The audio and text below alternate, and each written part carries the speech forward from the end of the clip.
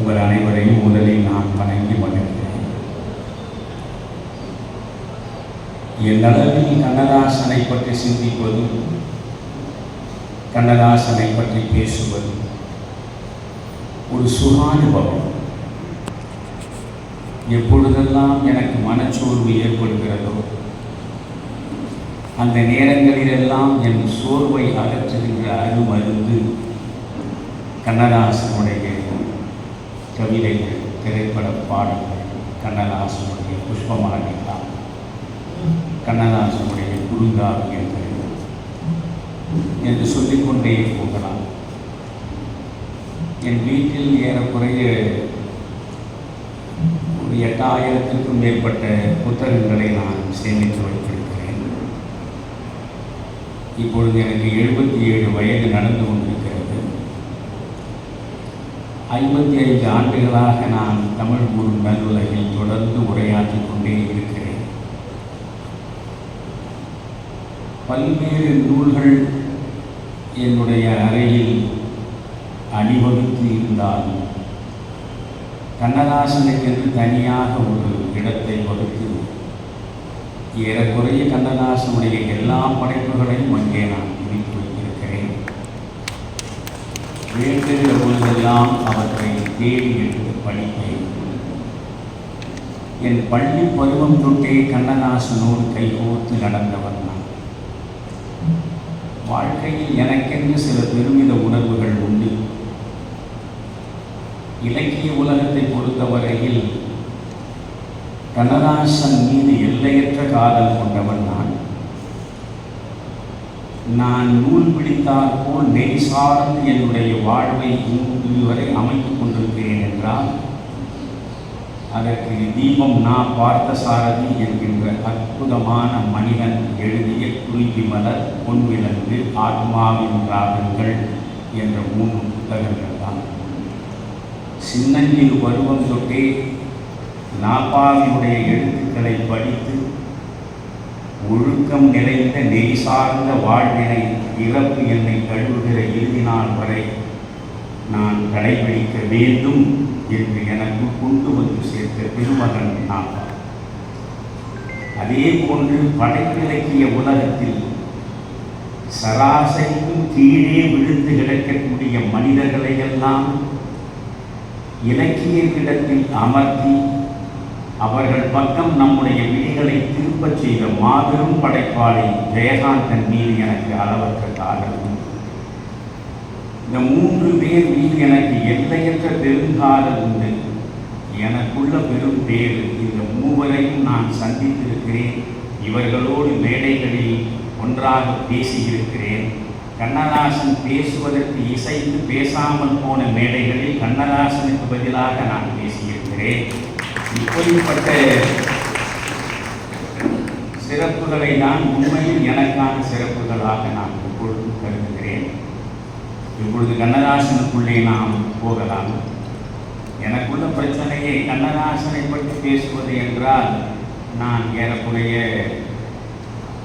வீர அபிமன்யு ஆகின்றேன். வியூகத்தை உடைத்து கொண்டு உள்ளே போவேன். உள்ளிருந்து வெளியே வருவதற்கு முடியாமல் தவிர்ப்பேன். காரணம், எந்த இடத்தில் நிறுத்திவிட்டு விடைபெற்றுக் கொள்வது என்று புரியல. பேச பேச பேச கண்ணதாசனுடைய பல்வேறு படைப்புகள் உள்ளுக்குள் இருந்து ஊற்றென பெருக்கெடுக்கும். கண்ணதாசன் 1948 அவனுடைய படைப்பிலக்கிய உலகம் தொடங்குகிறது. 1981 கண்ணதாசன் கண்மூடினார். இடைப்பட்ட காலத்தை நீங்கள் யோசித்து பாருங்கள். 1948 தொடங்கி 83 வரைக்கும் அவருடைய படைப்புகள் பலதரப்பட்டது. அவர் முதலில் எழுதியது ஒரு காதல் கவிதை தான். காவியத்தாயின் இளைய மகன், காதல் பெண்களின் பெரும் தலைவன் என்று தன்னை அறிமுகப்படுத்திக் கொண்டவன் அல்லவா கண்ணதாசன். பாரதியினுடைய முதல் கவிதையும் காதல் கவிதை தான். மதுரையிலே இருந்து வெளிவந்த ஒரு இதழில் பாரதி எழுதி அது பதிவு செய்யப்பட்ட முதல் கவிதை காதல் கவிதை தான். அதேபோன்று கண்ணதாசன் எழுதியதும் காலை குளித்தெழுந்து கருஞ்சாந்து கொட்டு விட்டு கருணாக பாம்பெனவே கார்கூந்தல் பின்னலிட்டு காத்திருந்தேன் கடைக்கண்ணால் அவன் வரவை பார்த்திருந்தேன் என்பதுதான் கண்ணதாசன் எழுதிய முதல் கவிதை. ஆக முதல் கவிதை கா என்கின்ற முதல் எழுத்திலிருந்து தான் தொடங்குகிறது. கண்மூடுவதற்கு முன்பு அவன் கடைசியாக எழுதிய கவிதையும் கருவறையில் இருந்து கல்லறை முடிய என்று கா என்கிற எழுத்திலே தான் கவிதையை எழுதிவிட்டு அவன் ககனம் நோக்கி சென்றுவிட்டான். அதே போன்று திரைப்பட பாடல்களை நீங்கள் திரும்பி பார்த்தாலும் முதலில் 1950களில் கன்னியின் காதலி இருக்கிற திரைப்படத்தில் அவன் எழுதியதுதான் கலங்காதின் மனமே உன் கனவெல்லாம் நனவாகும் ஒரு தினமே. ஆக கண்ணதாசனின் சினிமா பாடல்கள் காவிலே தான் தொடங்கியது. கண்ணதாசனுடைய கடைசி பாடலை நான் சொல்ல வேண்டியதில்லை. கண்ணே கலைவாணே என்று இளையராஜாவுக்கு எழுதி கொடுத்துவிட்டு காரில் ஏறுவதற்கு முன்பு ராஜாவை தனியாக அழைத்து, ராஜா நீ ஒரு வகையில் கொடுத்து வைத்தவன், ஏன் கவிஞரே அப்படி சொல்கிறீர்கள்? இல்லை, இனிமேல் நான் சினிமா பாட்டு எழுதப் போவதில்லை. இது ஒரு விதமான அறச்சொல். நான் இனி சினிமா பாடல் எழுதப் போவதில்லை என்று சொல்லிவிட்டு தான் அமெரிக்காவுக்கு போனார். அதுதான் அவருடைய கடைசி பாடல். அந்த பாடலை கேட்கிற பொழுதெல்லாம் நான் கரைந்து,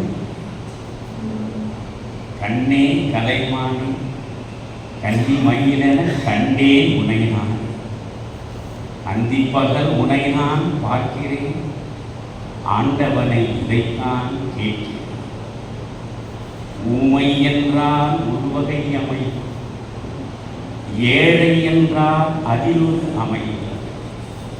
அந்த பாடல் முழுவதையும் நீங்கள் கேட்டால் எப்படி உருகி உருகி காதல் கொண்டு நேசிக்கக்கூடிய நெஞ்சம் இப்படித்தான் பேசும். நீயோ கிளிப்பேடு பண்பாடும் காதல் குயில் பேடு, ஏனோ தெய்வம் சதி செய்தது, வேலை போலே விதி செய்தது. வார்த்தைகளை பார். ஏனென்றால் அவர் சித்தம் சுவாதீனம் அற்றவளாக இருக்கிற நிலை. ஏனோ தெய்வம் சதி செய்தது, வேலை போலே விதி செய்தது. காதல் கொண்டே கனவினை வளர்த்தேன், கண்மணி உனை நான் கருத்தில் நிறைத்தேன், உனக்கே உயிரானே என்னை நீ என்றும் மறவாதே. நான் சொல்லுகிற பொழுதே இதயம் நெகிழ்ந்து கண்ணீர் என கொடுத்தது. அது இயேசுதாஸ் பாடி இருக்கிற அழகு வெறும் கண்ணதாசனுடைய பாடல்களினால் மட்டுமே அவனுடைய புகழ் நிலைத்து விடவில்லை. கண்ணதாசன் எழுதிய வரிகளுக்கு உயிர் கொடுத்த இசையமைப்பாளர் விஸ்வநாதன் ராமமூர்த்தி, கேவி மகாதேவன் இசையமைத்த காலம் தமிழ் திரை உலகத்தினுடைய பொற்காலம். நண்பர் செல்வம் அவர்கள் தன்னுடைய வருத்தத்தை, ஆதங்கத்தை ஒற்றை வரியில் வெளிப்படுத்தினார். இப்பொழுது பாடல்கள் எழுதுபவர்களை பற்றி நான் குறை கூறவில்லை.